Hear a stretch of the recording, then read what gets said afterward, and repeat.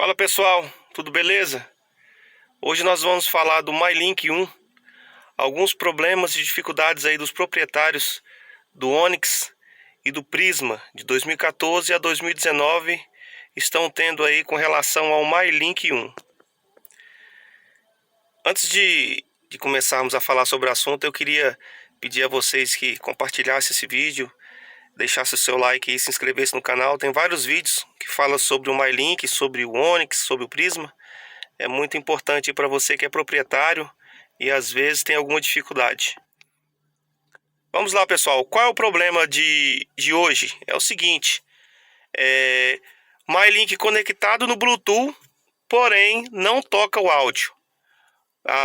Estou percebendo em muitos relatos de proprietários que o MyLink está conectado no Bluetooth, mas não toca o áudio lá do celular onde está conectado. Eu vou mostrar para vocês como resolver esse problema. Bora lá? Então, pessoal, o meu MyLink está conectado no Bluetooth.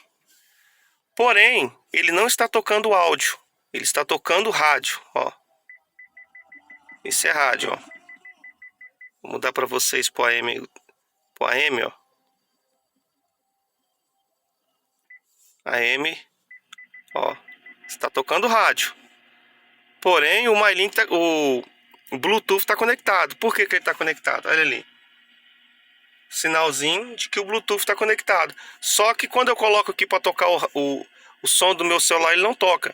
Por quê, pessoal? Falta um pequeno detalhe que às vezes fica oculto e a gente não percebe. Então, para você colocar o som aí do Bluetooth para tocar no seu MyLink, você vai ter que vir nessa opção aqui, ó. Nessa opção Source, nessa setinha, e aqui, ó, você vai ter que selecionar o MyLink. Agora sim, agora ele está tocando o som do seu MyLink, tá? Você pode ver aqui, ó, música via Bluetooth. Então agora ele está pegando o som aqui do meu celular que está conectado no Spotify. Entendeu, pessoal? Quando você entrar no carro, você sair com o Bluetooth ligado e você entrar, ele demora um pouco a reconhecer. Depois que ele reconhece, aí você vai clicar em OK e vai vir aqui e vai selecionar o Bluetooth. Aí o seu celular, aí ele vai começar a tocar o som do seu celular. Beleza, pessoal? É só isso aí, espero ter ajudado vocês. Valeu, até mais.